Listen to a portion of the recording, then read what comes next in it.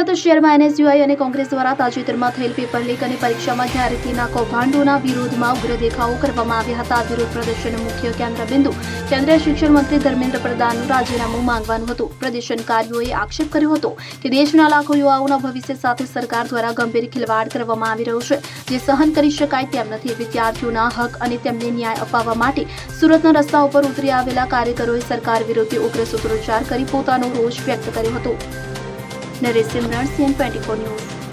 હવે જુઓ દેશ દુનિયાની તમામ ખબરો તમારી આંગળીના ટેરવે.